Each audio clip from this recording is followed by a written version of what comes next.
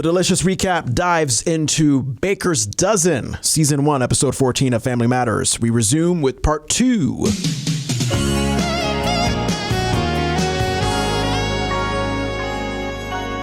Carl thinks that's fine, but really wants to know if Rachel showed them his picture. And I was like, geez, Carl is really obsessed with the picture. Like, does he want to be Mr. Supermodel or something? Because, like, they're wanting your baking, not your looks.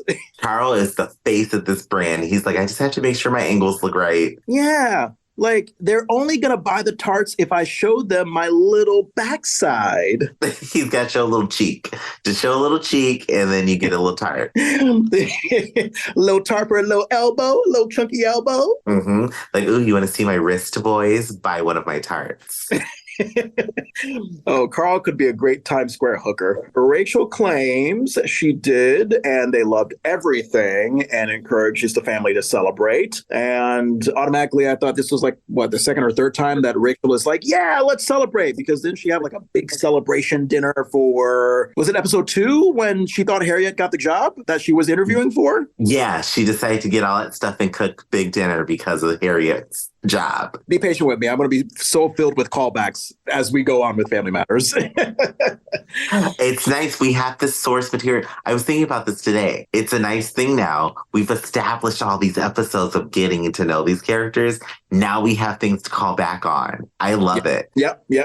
We couldn't do this back in the day when we were only watching week to week and we couldn't see the episode again for like another 5 years when they were rerun again. So this is nice. The era of streaming, we could automatically call back. Harriet tells Rachel to hold on a minute because she believes she's selling too hard and asks what the catch is from the corporation. Carl concerningly asks with a deeper voice, is there bad news? Rachel exclaims, no, it's not really bad news. The regional manager placed an order for all the restaurants in the tri-state area, and they want us to bake 1,000. And then we sense the family responding in quiet hesitation to that workload. After a brief pause, oblivious Eddie genuinely asks, is that bad news? And then Carl says it's not bad news, but acknowledges that 1,000 tarts is a lot of tarts. And as long as it's not needed by Monday, they could do it. And I already knew what was coming. Did you already sense what comic thread they were doing with this? As soon as I saw Rachel's facial expression change, I'm like, ooh, she told them Monday. Carl then asks when do they want them, and Rachel somewhat hesitantly says, Monday. Dumb Eddie genuinely thinks he's catching up. Oh, so that's the bad news. Carl tries to stay positive and says, no, that's not bad news to him. It just means the family is going to really have to pull together, but optimistically exclaims that they can do it. Rachel loves Carl's attitude and says that's exactly how she felt when she agreed to bake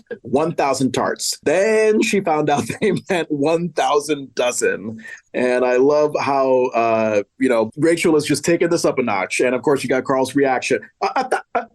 12,000 tarts by Monday? This Monday? Day after tomorrow Monday? It was just beautiful. I love it. It really was. Carl, he acted this so beautifully. It seems like a real moment between a dad and his wife's sister. Rachel quietly and kind of nervously smiles in agreement to this. Harriet now confirms to Eddie, that's the bad news. Imaginary gay writer is on fire again. They are. This episode is Harriet's episode because that writer knew what to give her as lines. Yeah. Music plays us out. We go to scene 4, an exterior day shot of Winslow House. Might I add, in this exterior day shot, they had a perfect blue and lightly clouded sky. They did. It was picturesque. And then cut to kitchen to pick us up from last scene. Carl acknowledges out loud in disbelief that 12,000 tarts have to be made in 2 days. And then a side note here, I was noticing the way Judy is standing tinily up to Eddie's belly in front of him. It makes me think like someone on staff wants to really notice that height difference between Eddie and Judy. It just keeps coming up.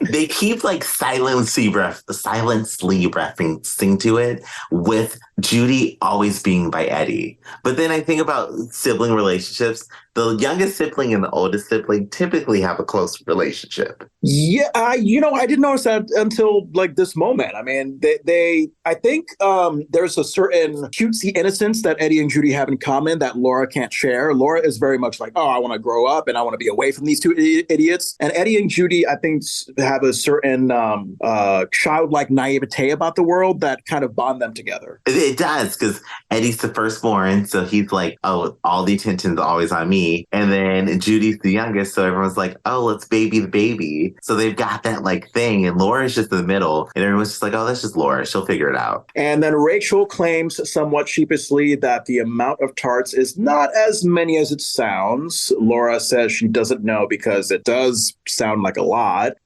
And then Harriet with the perfect imaginary gay writer sassy follow-up line, I do know, and it sounds impossible.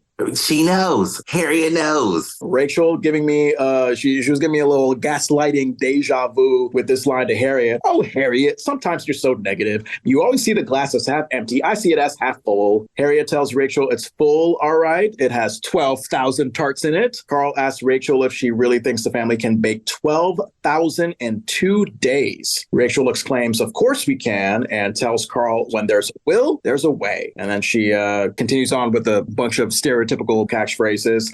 The family has to dream the impossible dream. When the going gets tough, the tough gets going. Harriet tells Rachel he hates to interrupt her cliches, or she hates to interrupt her cliches, but she's going to have to tell Amalgamated Foods that she cannot commit to this large order. And then Rachel tells Harriet it's not that easy because they gave her in advance. And then, of course, Harriet coming back with that no-nonsense attitude. Well, give them the money back. Right. That's all you have to do, Rachel. Rachel's delusions really set this off. Rachel says she cannot do that because on the way home, she stopped off for some odds and ends. We hear a quiet doorbell ring, and Rachel stutteringly says she'll get that and encourages the family to all go upstairs and check on Richie as she makes a run for the living room. And I was thinking, like, Rachel must have bought something really expensive if she is making, like, all the family watch one baby at the same time. I knew right away, I'm like, whatever she got is incredibly expensive. Yeah. After a pause, the rest of the family then runs into the living room to see what's at the door. We see them following a nervous Rachel to the front door. Rachel opens the door to reveal a man carrying in what looks like 3 large bags of flour and confirming to Rachel that he has her order. Rachel thanks Phil, the delivery guy, and instructs him to bring the flour into the kitchen. Phil casually asks the confused Winslows how they're doing as he walks by them towards the kitchen. Harriet gives that look to Rachel with this line. A few odds and ends, huh, Rachel? Harriet knows what's up. Harriet knows, and I love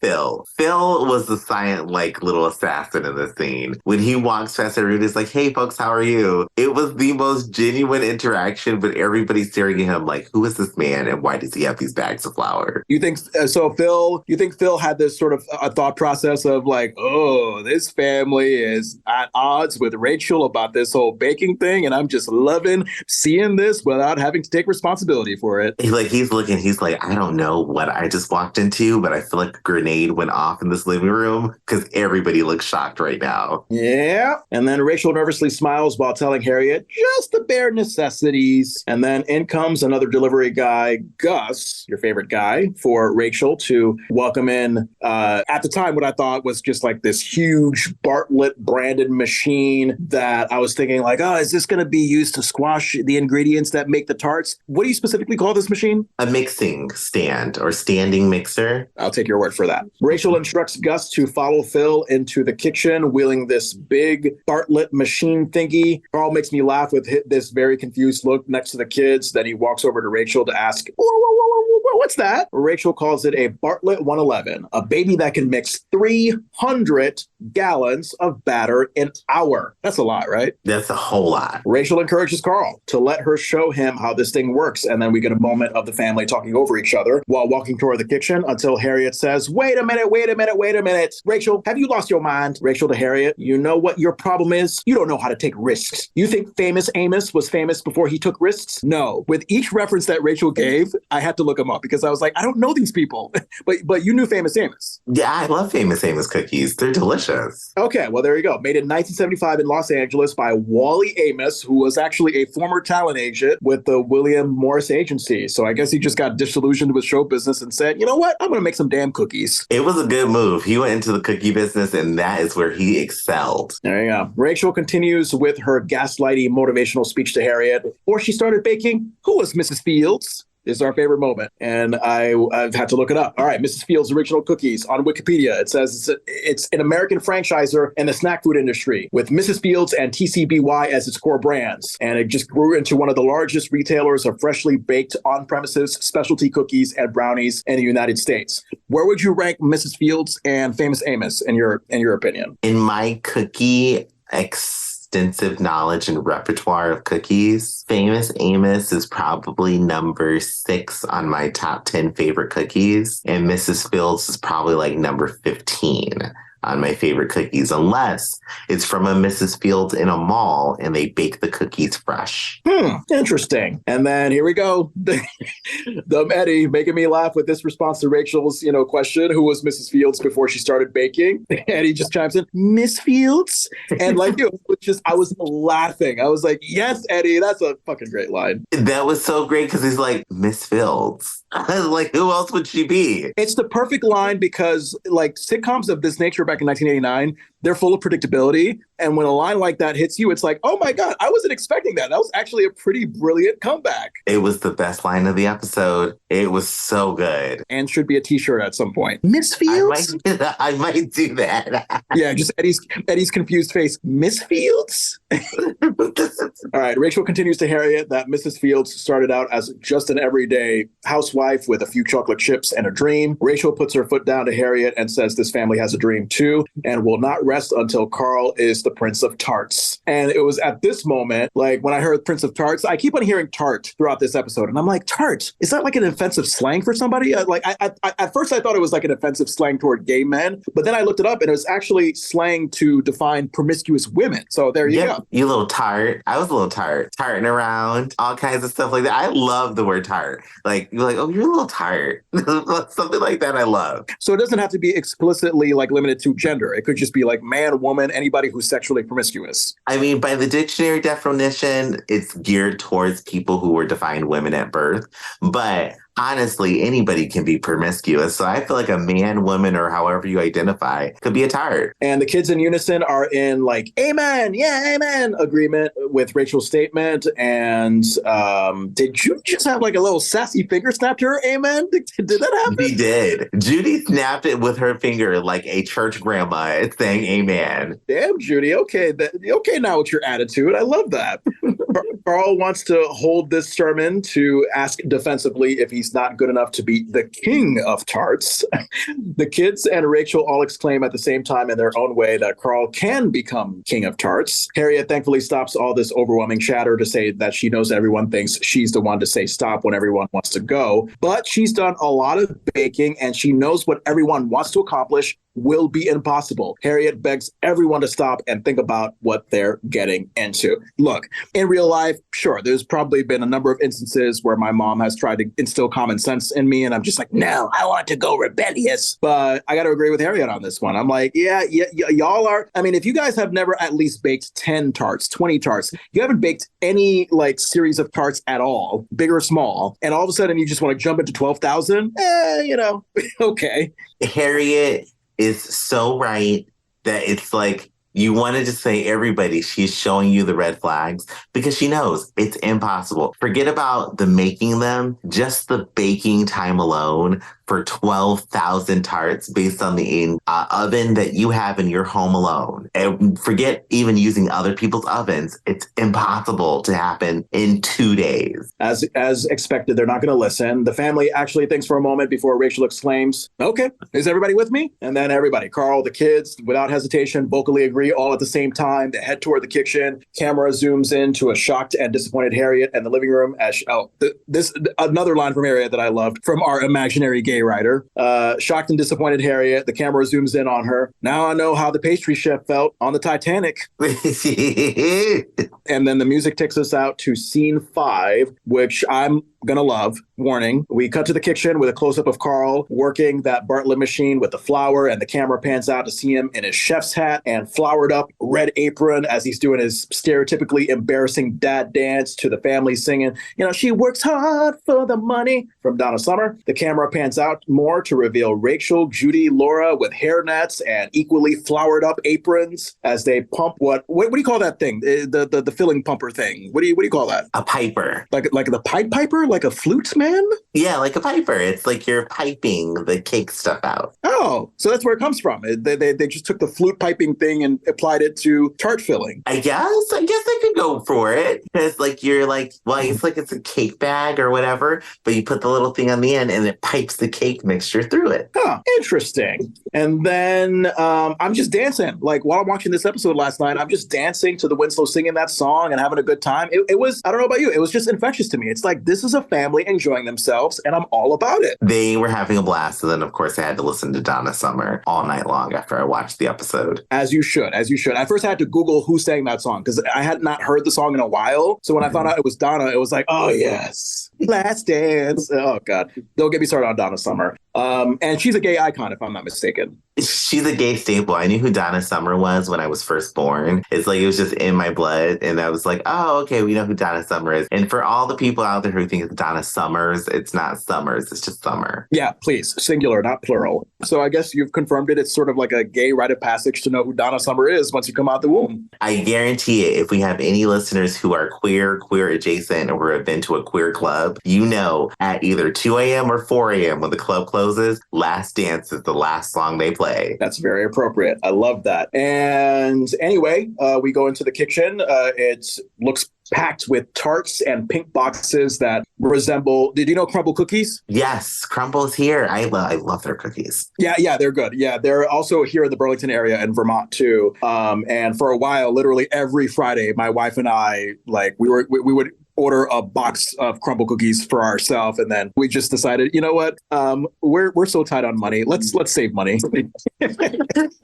Those cookies are like $56 a cookie, but they're so good. They really are. And then Carl encouraging his daughters to, whip it up, baby, while they're all singing. And then just as I was about to ask if Harriet is helping, when Carl dances over to the countertop, camera reveals a much less flower-aproned Harriet setting some charts on the countertop and singing along with the family. And I loved Harriet giving it to the madness, having a good time. And also I thought a very accurate Black mom thing where it's like, I'll help you out, but I'm not going to get super, super dirty.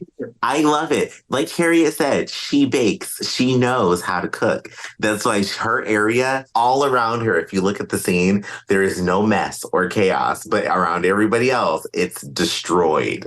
I didn't pick up on that. That's actually a pretty good point. Harriet knows what she's doing. All right. So I think it was Rachel who screamed after a lyric. I think they were like, they were fun of money. And then was it Rachel who was like, woo! Remember that? Yes. Mm-hmm. And then, they're just really getting into the baking and singing thing. Rachel tells Laura and Judy that isn't this all great because not only are they making extra money, but they are also making a memory. Rachel, and I loved how she was just shaking her head in delight. Like she heard the good word in church. I'm making a memory now. Yes. She's encouraging the family. Rachel is like the cheerleader of this family. That's what I love about her. Yeah. Maybe not the most intelligent cheerleader, maybe a gaslighty cheerleader, but nonetheless, what we love about a cheerleader is that when we need infectious enthusiasm, we can count on the cheerleader. Yes. As we're going over the cliff, we need some cheer, and she is good.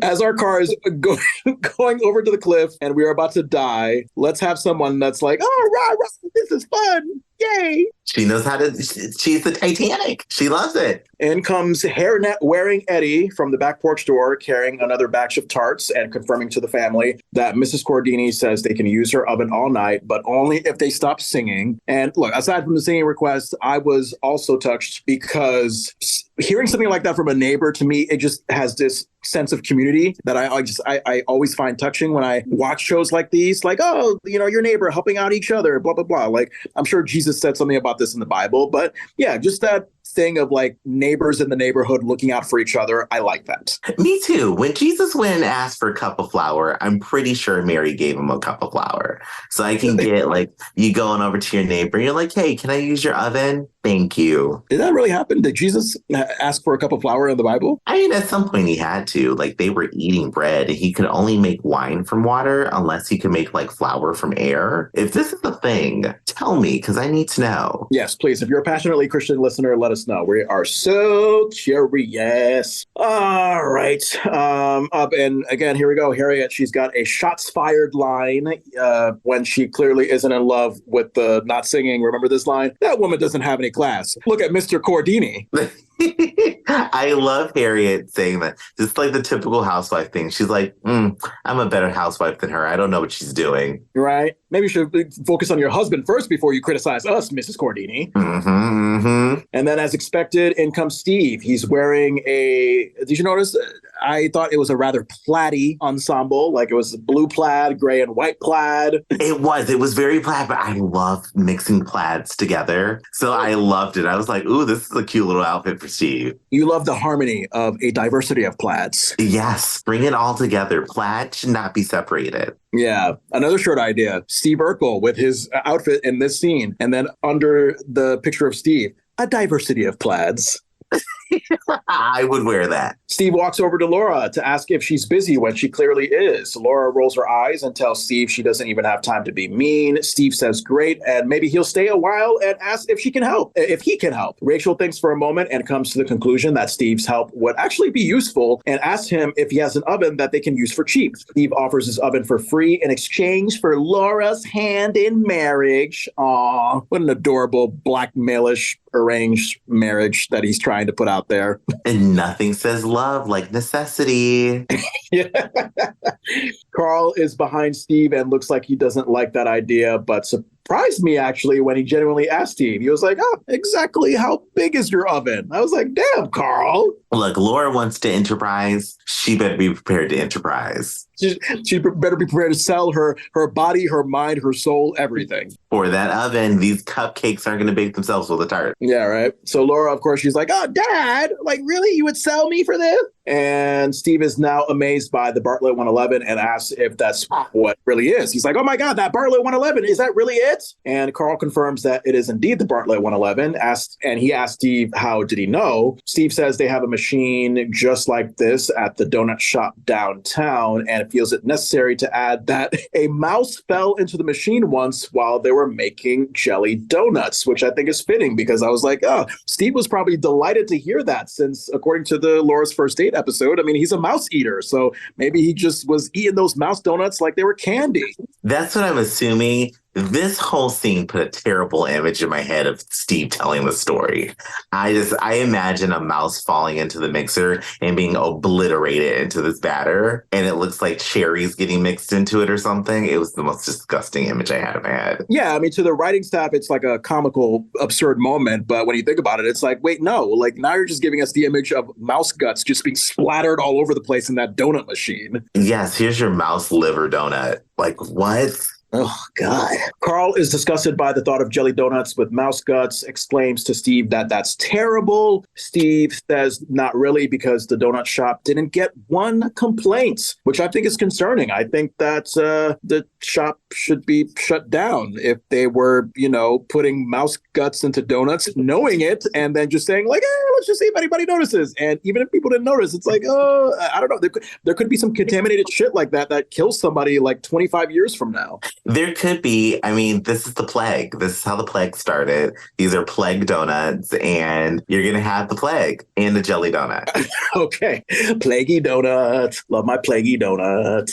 Carl asked Steve exactly what donut shop was this. Steve thinks for a moment and says that it was the one next to the police station. And then Steve makes me laugh when he asks this. You ever eat there, Carl? As if he doesn't know what Carl does for a living. He knew. He's like, I wonder if Carl knew about the rats in the donut, which is hilarious because the police catch rats and there's rats in their donut. Do they really? Did they so like on their off time, do they just kind of like hunt down rats in like in one of those potholes or something? No, but I would love to see the police do that. I'm confused. I'm sorry. I'm confused. Are we talking about the same thing? Are we talking about literal rats or talking? We're talking about people who snitch on their co-defendants. That's a rat. Okay. I just had this image of the police just like, all right, it's a slow night. Let me go arrest rats from potholes. I mean, that's a good use of time for the police. Clean up these streets. If you really want to clean them up, clean them up. But yeah, especially in cities like Chicago and New York, where the rats are the size of my arm. Look, and in New York, the rats are aggressive. They will come up to you and ask you for food or take your wallet. Yeah, and that actually almost happened to me. Last time I was in New York over the summer, like I was walking back to the hotel from this piano cabaret club with a friend of mine. And yeah, I saw like like a long ass rat just casually just running with cheese. And I'm like, oh, okay, there's a New York City rat. Check that off my bucket list. I've seen one. You've seen one, John, you're lucky you made it away unscathed. Those rats out there will shank you, take your wallet, and go buy a burger. Like the badasses they are. Mm-hmm, mm-hmm.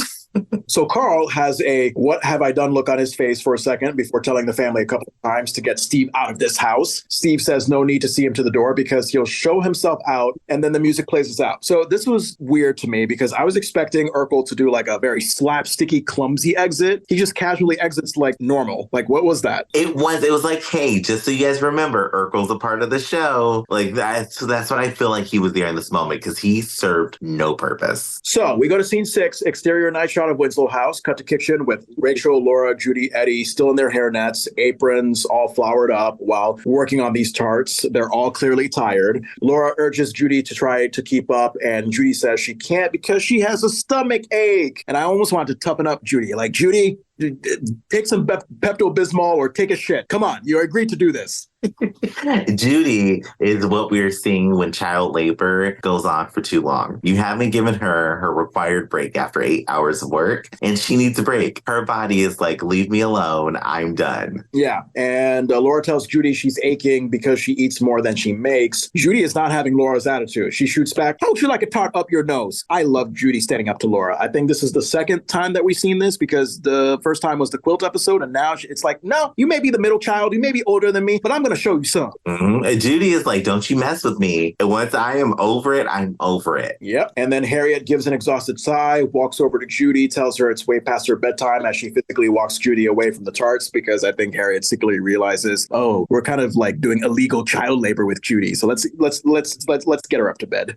I feel like Harriet was like, okay, Judy, you've had one too many. It's time to shut down the bar for tonight. It is last call. You need to go upstairs. She's on a sugar high. Right? Talking about nose tarting. Come on now. Nobody wants nose tarting at 4 a.m. All right. So Judy looks at the tarts, tells her mom that she hates them now. And Harriet says, we all do, honey, as she walks Judy further toward the living room. But before she does, Harriet snaps at Rachel. Rachel, I'm going to get you for this. And rightfully so, she should. Because Harriet knows this is all Rachel's fault. Rachel's the one who got us here. Yep. After Harriet exits, Rachel says to herself, what a grouch. Laura proposes to Rachel that they ought to take away one of mom's shares. Rachel urges everyone to keep moving because they're slowing down. Carl tells Rachel that he's mixing as fast as he can and asks how many more of these stinking tarts do they need? Rachel thinks for a second and then says 9,432. Automatically, I was like, Jesus Christ. It's like the middle of the night, maybe 3, 4 in the morning at this point. Like, I just wanted to get extra hands somewhere for the Winslow to just sub in for them and have them go to bed because y'all are not getting that done. They're not. They've only made, I think, like what?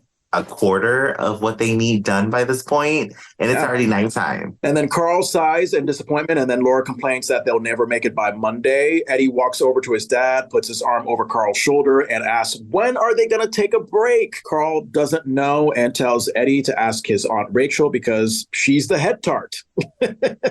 Coming from the man who wants to be known as the king of tarts. Aren't you supposed to be the head tart? Right, he should be the head of this and everything. Not good leadership, Carl. Not good leadership. So Rachel gives Carl a really look for a moment and then tells him to come on because they've got more tarts to make. Carl looks at Rachel's work and tells her she's putting too much filling in those tarts. As Rachel asks what Carl means, she accidentally squirts filling on his apron. Carl looks at his apron unhappily and tells Rachel, you shot your bag at me, as if this woman wants to fight.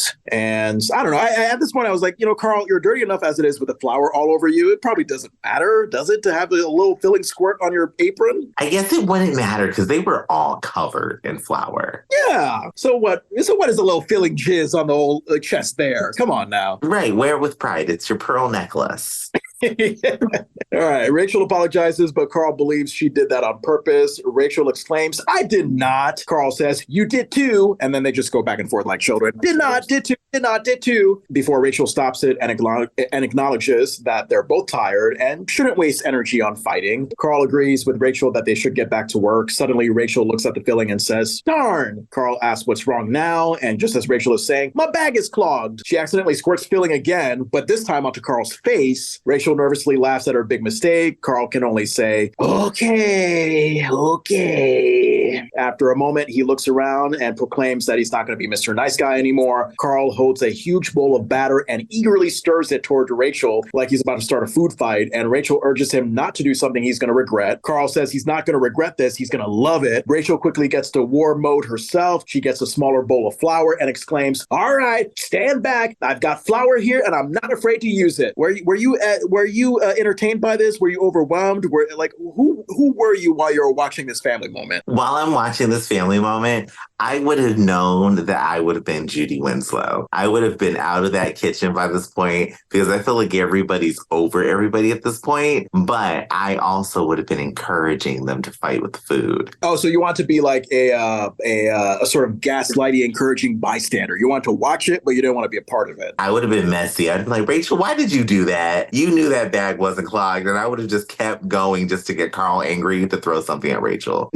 All right. Carl says this is all silly. Both him and Rachel laugh in seeming agreement. Carl offers a truce. Rachel accepts. They both continue to laugh. And then just what I expect would happen. Carl backs out on his truce. He flings a nice line of tart batter towards Rachel's chest. Rachel is shocked as Carl says, "Sucker!" But he was like saying it in like a really like Chinesey kind of accent. Like I was like, oh, okay, Carl sensei. It was an interesting accent. Rachel exclaims to Carl, "Say your prayers, Winslow," as she has that bowl of flour ready to throw at him. But Carl ducks behind Laura just as Rachel throws that flour, and it lands all over Laura instead. Laura, of course, clearly not happy with the flour being thrown on her, while Eddie clearly is just laughing. He's just enjoying this in the background because he's just like, yes, this mean middle child is finally getting her due. They covered Laura completely. Her face was covered. And did you notice, like, when she opened her eyes amongst all the flour covered in on her face? Like, I don't know about you, but me, I was just like, oh, Laura, be careful. Don't get that in your eyes. It's because you're such an adult.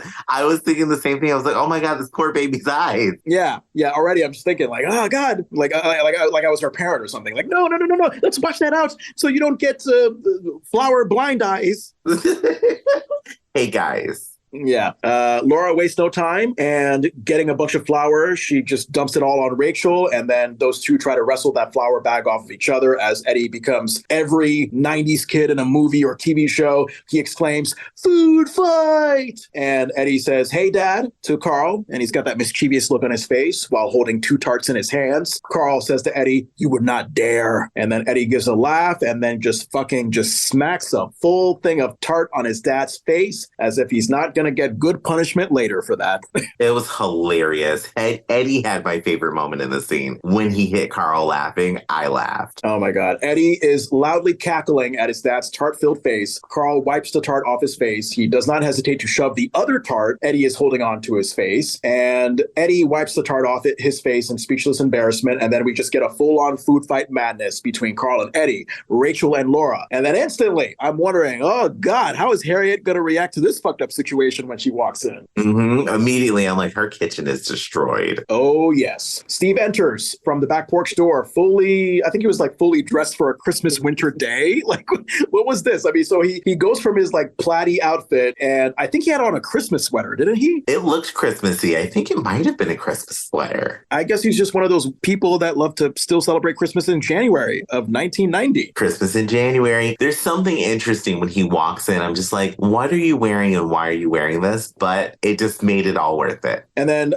so he has the sweater, he has the scarf, earmuffs. I was wondering why he wasn't dressed like this for his previous entrance, because it was just like, what, a few hours ago, maybe? It was. So I'm thinking Herb and Diane made him change, or these were the only clothes he had in his laundry, and just put them on and came back out the house. All righty. Steve shouts, excuse me, a couple of times to the family to get their attention. And he does it like just casually as if like he's not seeing a shit show food fight. Like, just excuse me, can I just get your attention? And then once the family is attentive to Steve, he says he saw their lights were on and asks if they have any food to eat.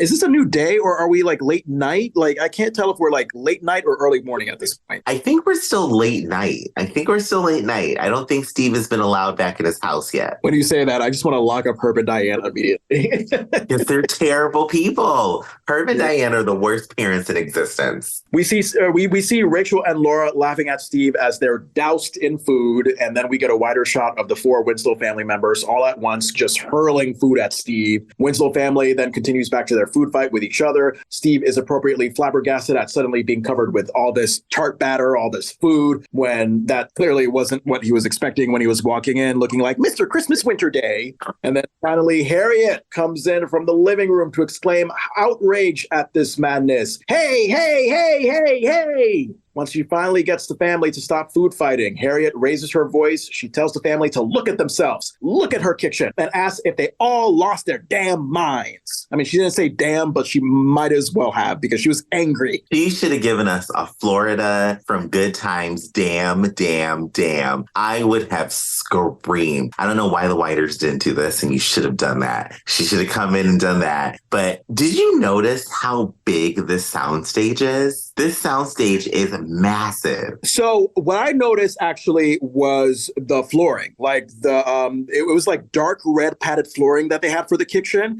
And I think that the flooring was different and they could have used a bigger soundstage to accommodate this food fight. I think that they thought like, oh, this food fight is going to be madness. So we had to make some adjustments. I didn't notice the size of the soundstage, but if they had make that change, it was probably because of this food fight. I think it was because of the food fight and that flooring, that's anti-fatigue matting that's like in restaurants. So if you ever seen like a restaurant kitchen and it kind of looks like you're walking on this like waffle pattern and it's orange, it's anti-slip and it's supposed to make it so your knees don't hurt when you're standing all day. And it's pretty cool. But I was looking at that later in the episode. I have a point that comes in with that for what happens at the end.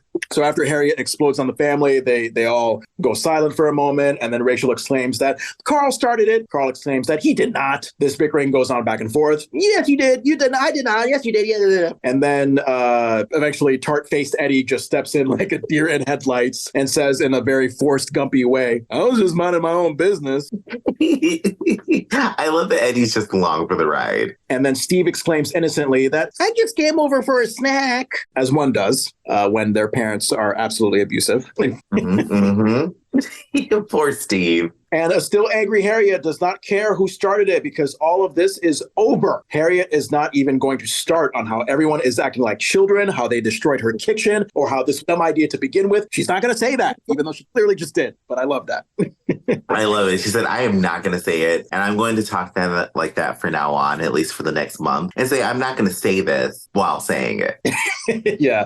And then she just walks over to the countertop to calm down for a little bit after that riveting performance. And then the food fight family slowly tries to get themselves together. Carl breaks the silence by passively aggressively claiming he's not going to say Rachel started it. And then Rachel passively aggressively claims that she's not going to say she had lousy help. And then Harriet may not have gotten the passive aggressiveness and just says, all right, good. I'm glad that we're all agreed. But nope, a slightly hushed Carl and Rachel go back to the, you started it, you did it, you said it. So they do that bickering. And then Harriet screams at them to stop. Carl and Rachel follow that order and react with pouty faces like children. We see Steve licking some of the batter on him. And then, of course, he has to ask this comical question, which I thought was a great question. Can I have a glass of milk to go with my face? Which surprisingly, most of the batter did not land on his face. Right. The writers just wanted to be like, hey, here's a funny character. Give him a funny line. I wish they would have added a little bit more to his face. It would have been more comedical. Like if we've gotten like a good like glop just on his face. Yeah, a nice batter facial to Steve's face.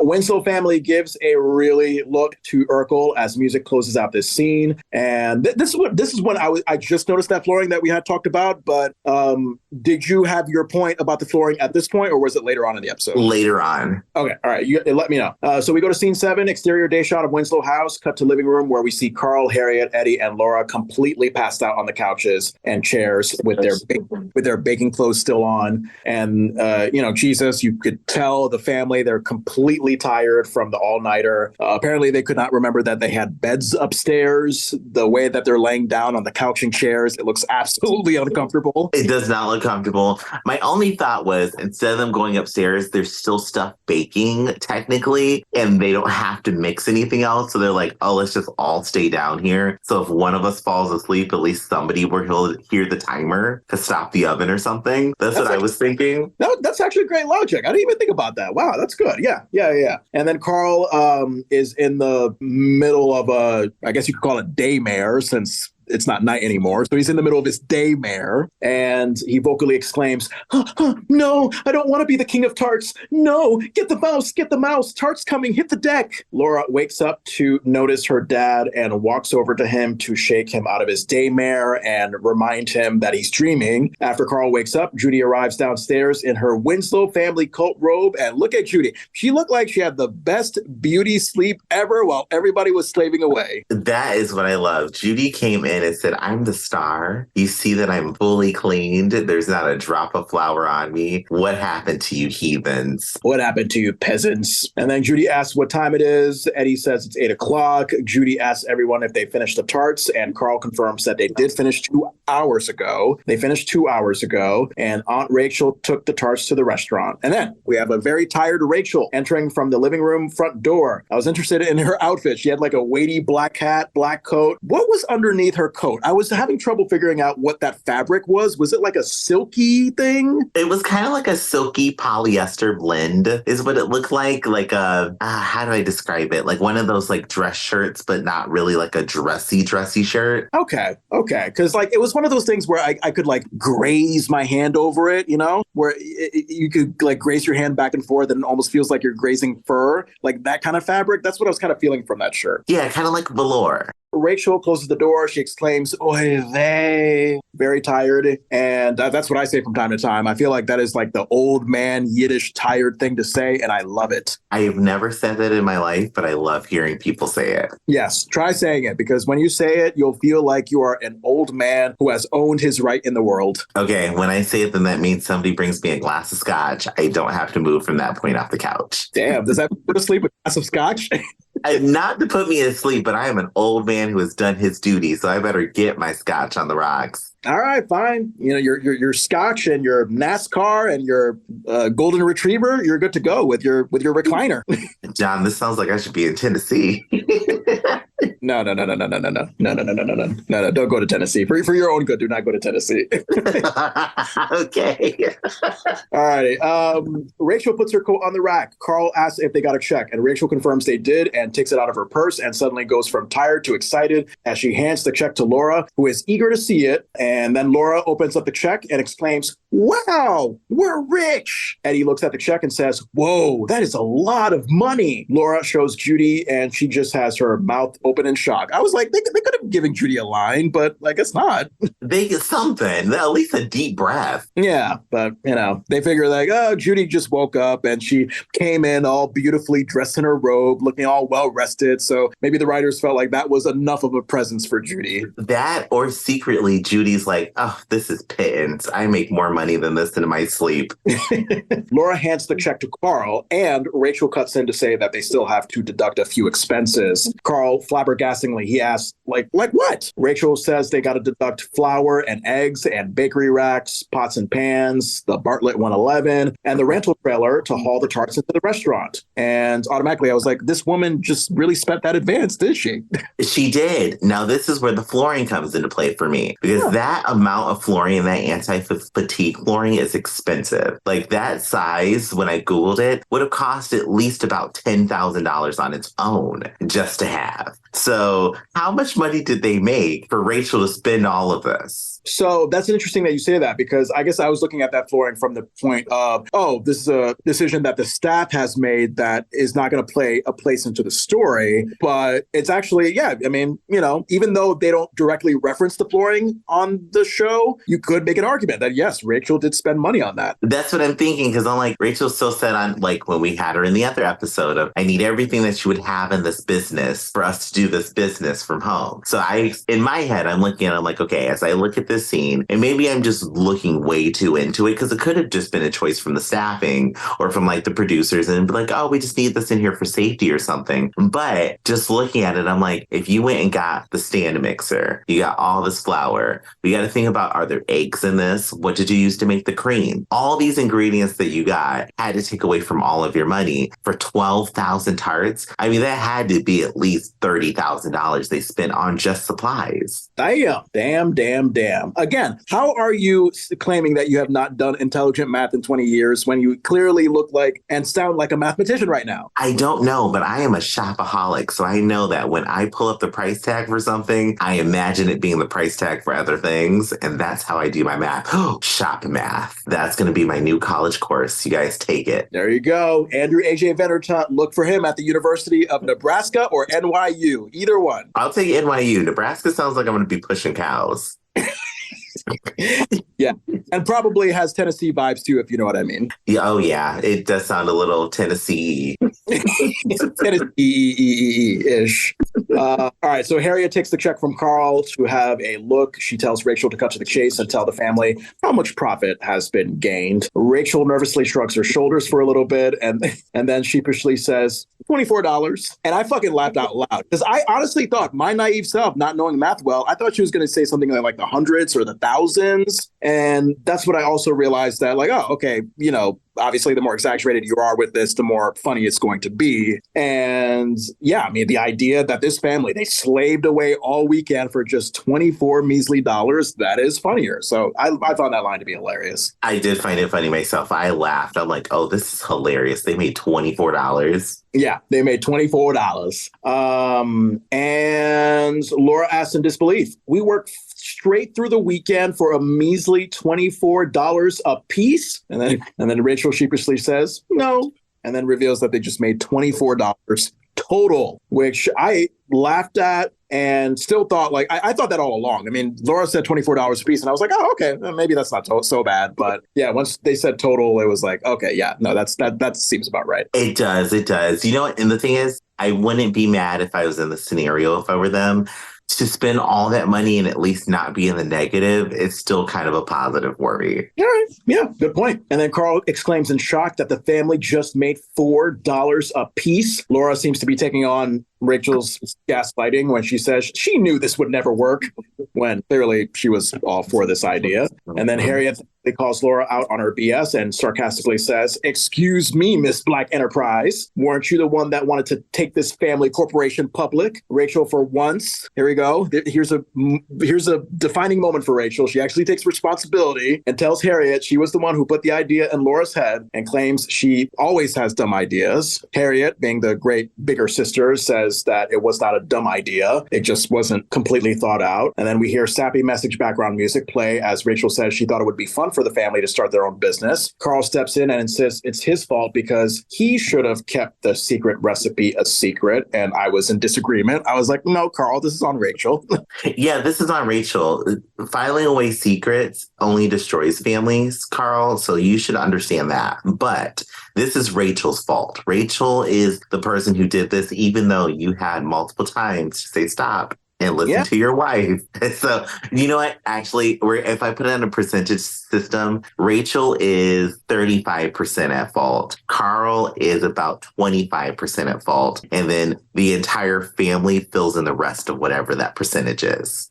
Really? So and with the entire family meeting Eddie, Laura, and Judy? Yep, because y'all all saw us running towards this cliff and nobody said, hey, press the brake. And then we now see a kinder version of Carl and Rachel's bickering. I love that. Rachel steps in and insists again that it's her fault because she pushed Carl into it. It was, you remember when they were just patting each other? No, it's my fault. No, it's my fault. Yes. Yeah, so this goes on for a while. Carl says it's his fault because he put his name on it, and Rachel steps in, saying, no, it's my fault. And then Harriet just steps in with a no herself as well, and claims that it was everybody's fault, which is sort of true, except hers. Well, I mean, do you think that if there's any of this that is at fault for Harriet? Because I know I remember you saying that Harriet was kind of at fault for the Carl Mr. Bad Wrench thing. She could have done something more to stop Carl from building Mama Winslow a shower. So in this case, do you think Harriet is completely free from fault? No, Harriet is completely free from fault in this one. She went above and beyond to try and keep bringing the family back to reality, and nobody listened to her. So Harriet is not at fault. And then on top of that, instead of destroying the family dynamic with an I told you so moment, she was like, I'm going to get in here and help you guys, and we're still going to fail. But as we fell, we're going to have a smile on her face. All right. And then Laura says that they did actually bake 12,000 tarts, to put a positive spin on it, and not counting the ones that they threw at each other. That's pretty amazing. Eddie, of course, says, yeah, I like the food fight. Harriet says she knows one thing for sure, and that's that this weekend, the Winslows proved they could do anything when they could put their minds to it. She was... Yep, that sassy head nod. Harriet was like, yep, we learned something like we're going to church. She said, let's take it to Jesus. Make sure that everybody knows that there's a life lesson here. And we did it. Rachel says, isn't that the truth? We are amazing. And now we got to set our mind to cleaning up this kitchen. Rachel and the family, they all agree on this sentiment, and they get up to go clean the kitchen together. As they enter the kitchen, they all start to notice the very big shit show of a mess that they're going to have to clean. And as expected, Harriet says, all right, let's get back in. And then, of course, we get that callback of the Winslow kids in succession giving excuses to try to get away from this. Homework, Rodney. Again, Eddie, work on your excuses. But, I know you're like, oh, no, Eddie, go to your video game. Get out of there, Eddie. The video game is the saving grace. Get out. I mean, what video game, given the time, what video game do you think Eddie is needs to play? I am pretty sure it's Ninja Turtles. It's either Ninja Turtles in Time, Ninja Turtles, the just original Ninja Turtles. It could be Ninja Turtle Fighters, or it could be Battletoads, actually, because Battletoads was out around that time. Or it could have been the new Super Mario. There's a lot of different games it could have been that were cooperative and that you need to play with other people. But I am going to go with Ninja Turtles, Turtles in Time. Wow. You have your early 90s video game knowledge down on pack. I love video games. That was my language. There you go. And then Harriet, Carl, and Rachel are the ones left in the kitchen. Harriet says they pay someone $24 to clean this up. Rachel says, now that's a good idea. Family walks away satisfyingly to living room as music plays and credits come up to end this episode. Side note, I think they're going to need a kid, because even in 1990, I doubt that an adult is going to clean all that up for just $24, unless I'm wrong. Yeah, not a chance in this world. I don't think an adult would clean that up in any time period for $24. Right. All right. Well, the end. Closing thoughts. What do you got?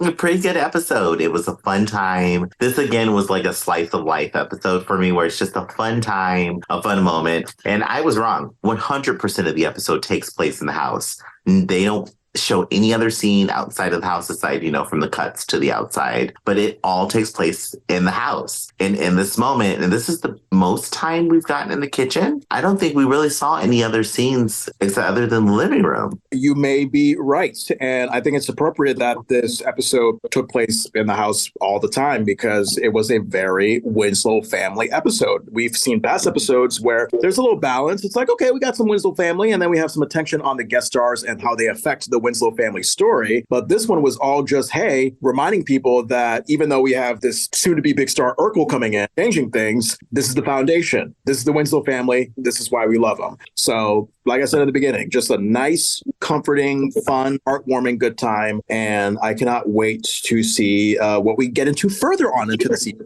Yeah, I'm excited for it. I mean, this episode is some pretty big firsts. We got the first time we acknowledge that Mama Winslow's not there and what she's doing in her absence. We've got the first time in the show's history at this point, we actually know what day it is that a lot of things are happening on. And we know that this is what happens for the Winslows on the weekend. They don't really go out and do much except for Eddie to go play video games. Yeah, they're working for the weekend. What is that song? Who sings that song? Working for the Weekend. Oh, I don't know whose song that is, but I like it. I just don't know whose song it is. Yeah, I think it was a very 80s song. But anyway, hey, for you listening, where you can find us if you want to keep in touch and say your feedback about this episode and our recap of it, thedeliciousrecap@gmail.com. Send all your questions, comments, concerns there. We would love to hear from you. If you like social media, that's okay as well. We're on Facebook, Instagram, Threads, TikTok, and YouTube at Family Matters Rewatch Pod. And Andrew, how can people follow you? Well, you can follow me at Ajay Vandertunt on all of the socials, including Facebook. I am there. I have returned, and it is still Facebook. So I will be on there. I will post things, but I will have very limited time there. Maybe one day I'll post my office hours, and if you want to catch me on Facebook, it's only between those hours. But just look up Vandertunt. That's all you have to look for. Oh, when you say it's still Facebook, do you mean it's very 2024 election-y right now? It's very 2024 election-y. It's like oh, I feel like I'm like on this weird website with people posting very weird things. A lot to do with the war right now. And, I don't know much about it, so I'm not going to comment on the war itself. I just don't like to see war stuff. So I'm probably not going to spend too much time on Facebook other than podcast focused things. Yeah, nothing wrong with that. And I think you're referring to Israel and Palestine, that whole thing. Yeah, that and the war in Ukraine. There's a lot of stuff. And again, I don't have a comment on the dynamics because I don't know enough about it to comment on it. It's just, I just don't want to see it. I don't want to see kids and innocent people getting hurt. So that's why I try to avoid Facebook. Understandable. My Facebook experience is oddly different. It's actually like just people posting like exciting things happening in their real lives, whether it's children or career related things. I follow a lot of 90s stuff. So, that will pop up, which is very appropriate for our podcast. So, I cannot remember. I think it's been like maybe 6 or 7 years since I've seen a very heavy, like politically charged Facebook post. So I think that just choosing who you follow, choosing to unfollow, like that plays a big difference in what you see on your newsfeed every day. So it does. I'm probably going to stop following people and everything. I'm just hoping my algorithm will change the more I like 90s and Family Matter stuff. So fingers crossed. All right, teasing our next episode. Oh, I love this one. So I think this one was another Rich Correll directed episode because I remember watching this in preparation for our interview with him. The Big Union, season 1, episode 15. If I'm not mistaken, I think this is when Carl reunites with like his high school singing buddies. And the end scene is just great. That's what I remember from this episode. So that is the original air date of January 19th, 1990. Cannot wait for that. Andrew, would you please take us out? I am excited for this because just like high school reunions, the punch at it, it's full of deliciousness. So we'll let the deliciousness ring.